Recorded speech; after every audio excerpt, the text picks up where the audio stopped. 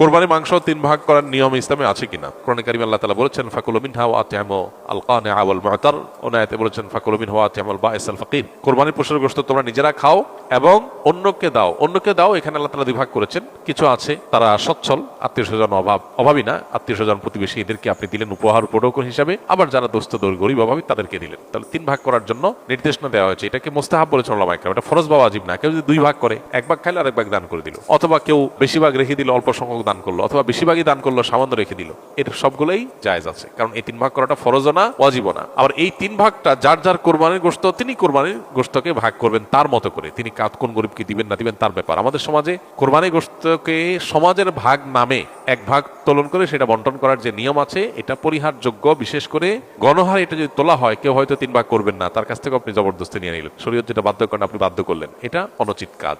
হ্যাঁ, যদি কেউ এরকম উদ্যোগ নেয় যে স্বেচ্ছায় যারা ইচ্ছা তারা দিতে পারেন, আমরা গরিবদের কাছে সুষম বন্টন করে দিব, এটা প্রশংসনীয়। এরকম হতে পারে, স্বেচ্ছায় দেওয়ার ব্যবস্থা থাকলে সেটা ঠিক আছে। কিন্তু বাধ্যতামূলকভাবে সামাজিকভাবে সমাজের ভাগ বলে উঠাই নিয়ে আসা, কেউ নিজের অনিচ্ছা সত্ত্বেও যদি দিতে বাধ্য হয় তাহলে সেটা নাজায়েজ হবে। কারণ নবী সাল্লাল্লাহু আলাইহি ওয়াসাল্লাম বলেছেন লা ইয়াহিল্লু মালু ইমরিইন মুসলিমিন ইল্লা বিতিবি নাফসি, কোন মুসলমানের সম্পদ তার মনের সন্তুষ্টি ছাড়া সেটা গ্রহণ করা বা সেটা দখল করা এটা জায়েজ নয়, ভোগ করা জায়েজ না। বিধায় কোরবানির গোশত যিনি কোরবানি দিয়েছেন তাকে আল্লাহ তাআলা দিয়েছেন, এটা তার। সো তার সন্তুষ্টি না থাকলে আপনি সমাজের ভাগ নামে তার কাছ থেকে উত্তোলন করলে সেটা জায়েজ হবে না। তিনি হয়তো তার কোনো আত্মীয়স্বজন গরিব, তাকে একটু বাড়ায় দিবেন, আপনার সমাজের ভাগে নিয়ে আপনাদের মতো দিবেন, এটা তো তার অধিকার খর্ব করা হলো, এটা